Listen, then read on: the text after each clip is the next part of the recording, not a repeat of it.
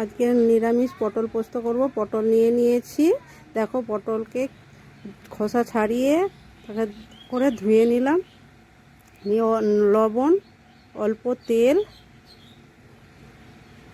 দিয়ে মাখিয়ে নেব। দিয়ে কড়া বসিয়ে দিয়েছি, কড়াই তেল দিয়ে দিচ্ছি, দিয়ে কড়াই পটলগুলো নেড়ে নেব। দেখো পোস্ত, সাদা সর্ষে, কালো সর্ষে এটা বেটে নিলাম। তো পটলটা ভাজা হয়ে গেছে, পটলটা তুলে নিচ্ছি। একটা টমেটো, আদা, কাঁচা লঙ্কা, তেল দিলাম, লঙ্কা, কালো জিরে,